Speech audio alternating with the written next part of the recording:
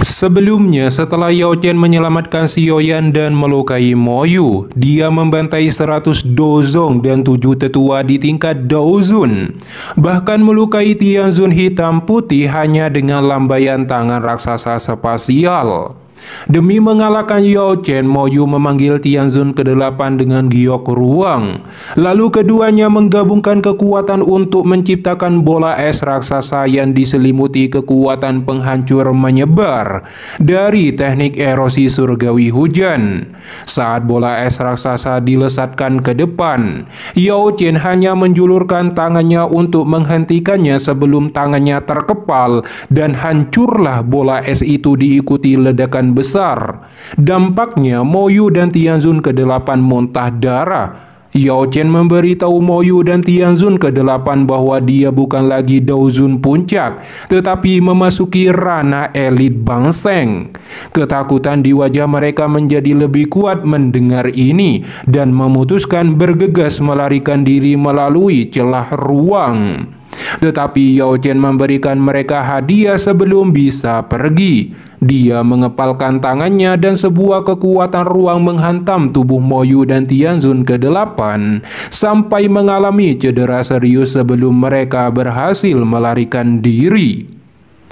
Setelah Yao Chen melihat mereka lari, dia berteleportasi di depan Xiaoyan. Dia menghela nafas dan melihat kekacauan di alam bintang dan kematian beberapa murid paviliun bintang jatuh oleh aula jiwa. Yao Chen berkata, "Jika bukan karena aku baru saja menerobos Bangseng dan kultivasiku tidak stabil, aku akan mengubur keduanya dengan semua orang yang telah meninggal."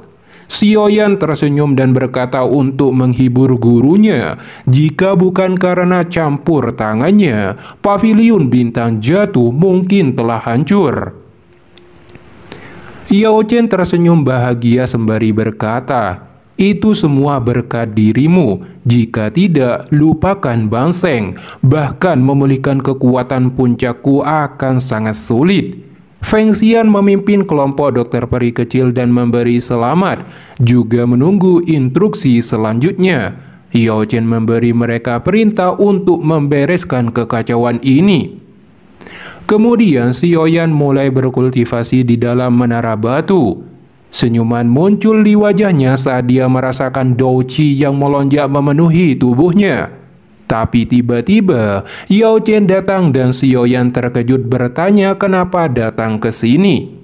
Yao Chen berkata Feng Xian lebih baik dalam bidang intrufaktur dan membentuk faksi yang cukup kuat kali ini, terlepas dari Yao Chen tidak menyukainya. Xiaoyan tersenyum dan melemparkan cincin hitam ke hadapan Yao Chen sembari berkata, "Guru, karena kamu telah dihidupkan kembali, inilah saatnya benda ini kembali ke pemiliknya."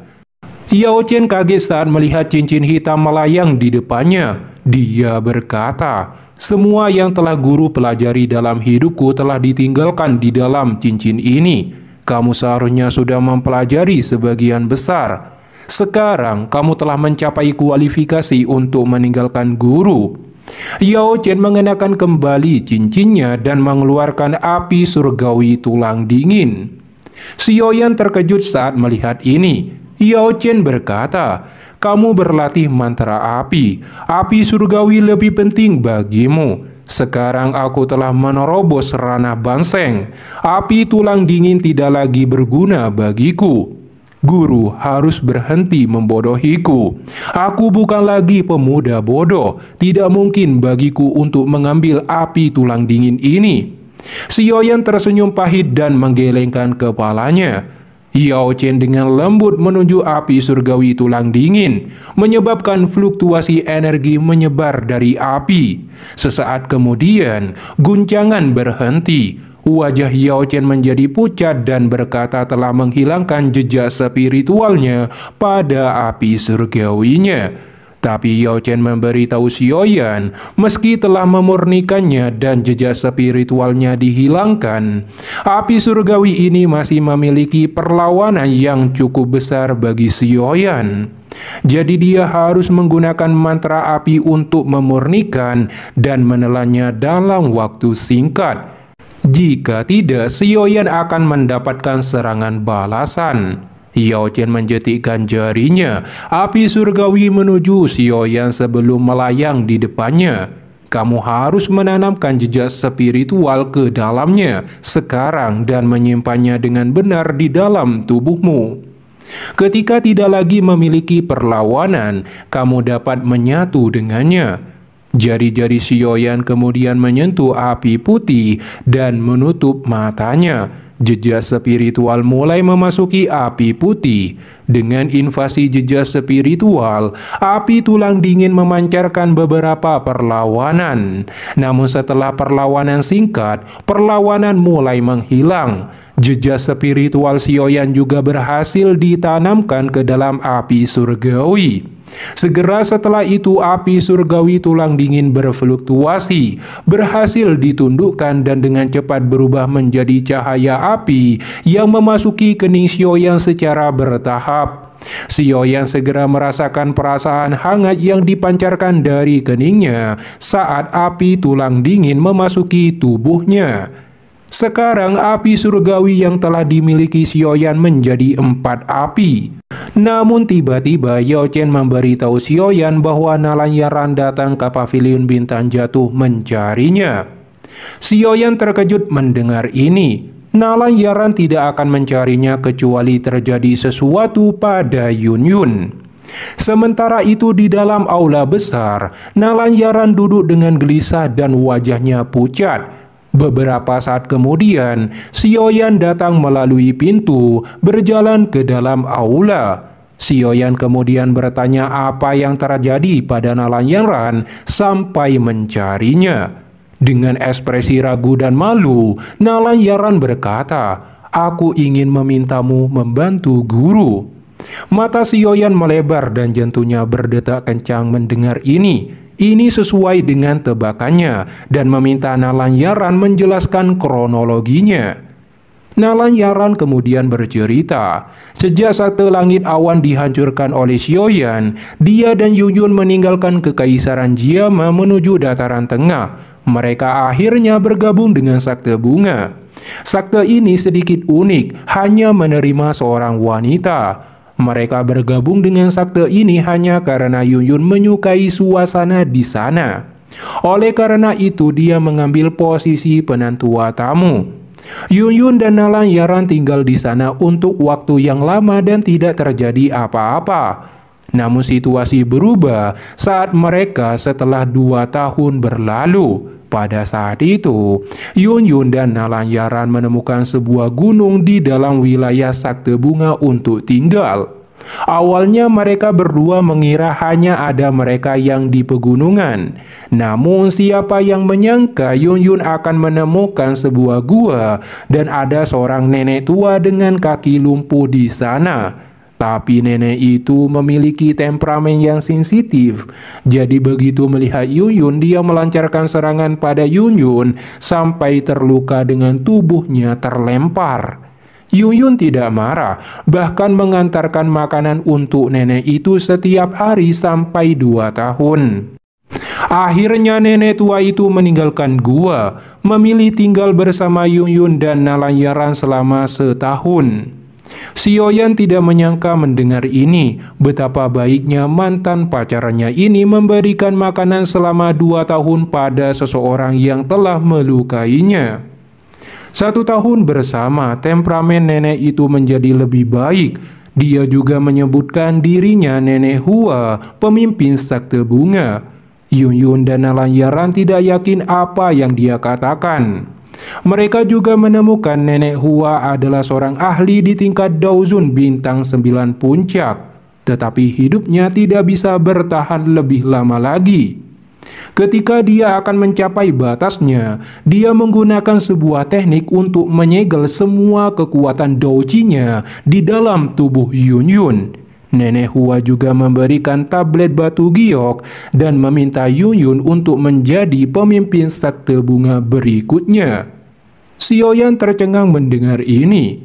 Yun Yun mencoba untuk menyelamatkan nyawa Nenek Hua, tapi semua kekuatannya telah habis dan akhirnya mati sebelum dikuburkan.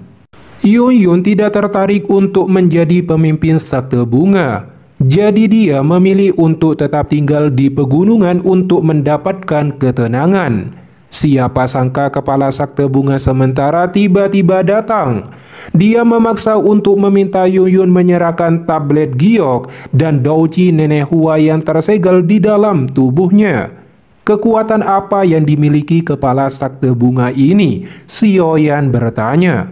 Nalayaran mengatakan berada di tingkat Daozun bintang 4 bernama Hua Jin. Dia juga bersama prianya yang bernama Yohua Liangjun di tingkat Daozun bintang 6. Yun telah mendapatkan warisan dari nenek Hua, tetapi dia bukan tandingan keduanya.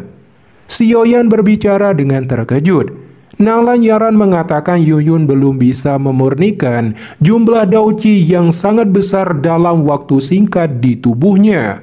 Jika seseorang mengeluarkannya secara paksa dari tubuh Yun, dia akan mati. Hua Jin ingin Yun mati dan menentang posisi pemimpin sekte diambil darinya. Untungnya berkat pelaka giok nenek Hua, banyak tetua yang memilih untuk berdiri di samping Yun. Akhirnya Hua Jin hanya bisa menantang Yun dalam pertarungan hidup dan mati untuk memperebutkan posisi pemimpin. Namun di sini, Hua Jin akan bekerja sama dengan Yohua Liangjun untuk menghadapi Yun. Meski nyawa taruhannya, Yun masih menerima tantangan itu. Mendengar ini, Xiaoyan berteriak dengan marah. Apakah dia tidak punya otak? Oleh karena itu, aku diam-diam datang dan mencarimu. Jika kamu tidak ikut campur, guru akan berakhir mati kali ini. Jadi tolong bantu guru. Xiaoyan menghela nafas dan bertanya kapan pertandingan dilaksanakan. Nalayaran berkata setengah bulan lagi. Xiaoyan mengerutkan keningnya mendengar ini. Yao Chen mengizinkan Xiaoyan pergi karena nenek Hua adalah temannya dan Feng Xian. Cedera yang dialami nenek Hua pasti karena Yao Chen waktu itu. Jika tidak, dia pasti tidak akan mati seperti ini. Yun dapat dikatakan layak dan beruntung mendapatkan warisan darinya, karena nenek Hua tidak pernah punya murid dan tidak mudah mempercayai seseorang. Yao Chen juga melemparkan sebuah token ruang pada Xiaoyan. Jika kamu menghadapi situasi yang tidak dapat kamu tangani, hancurkan itu. Aku akan bergegas secepat mungkin. Beberapa tetua dari sekte bunga memberiku bantuan saat itu. Begitu kamu menyebutkan namaku, mereka tidak akan mempersulitmu. Xiaoyan berkata akan membawa Qingling pergi bersamanya karena Tianhao dan dokter peri kecil masih dalam pelatihan tertutup. Yao Chen berkata akan berusaha membantu Tianhao mendapatkan kembali kekuatan puncaknya.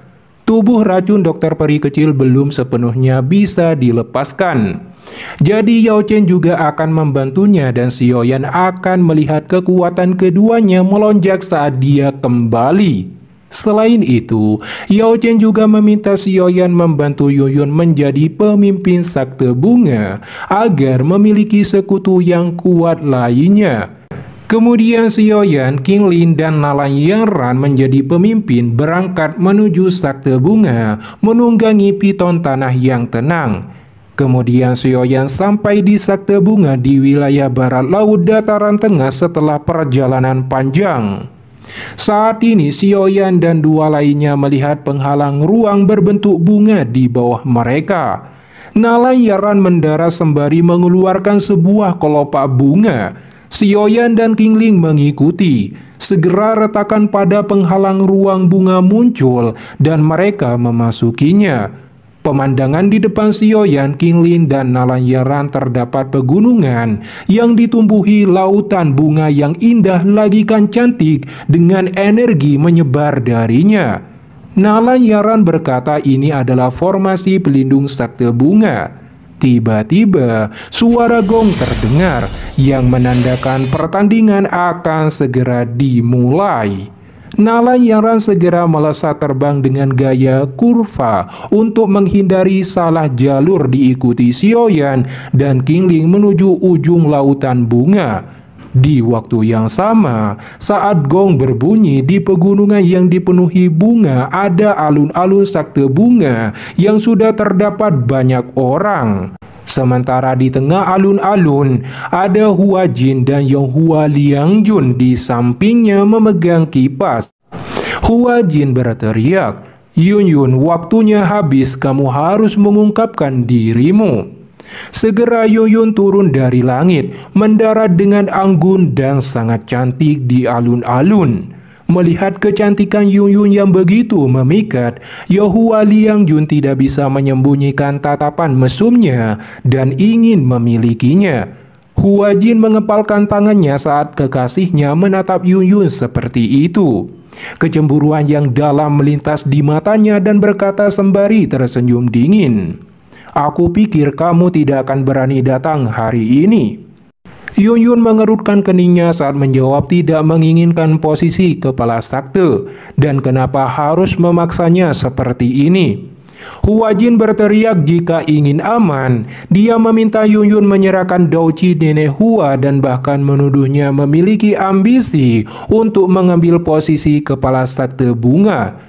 Tapi Yun Yun membantah tuduhan itu. Dia mengatakan jika tahu nenek Hua yang diselamatkannya adalah kepala sakte bunga, Yun Yun tidak akan menyelamatkannya. Adapun segel Douqi itu telah ditinggalkan di tubuhku oleh nenek Hua.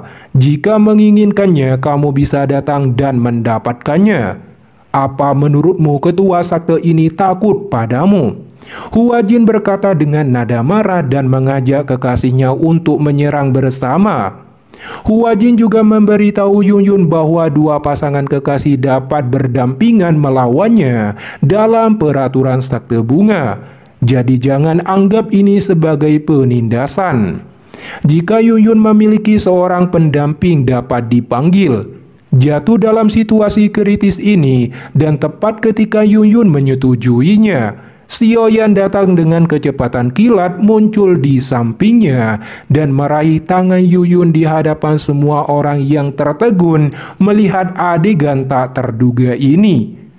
Yun Yun terkejut dengan wajah memerah dan segera menarik tangannya. Dia juga segera menyadari bahwa Nalayaranlah yang memanggil Xiaoyan.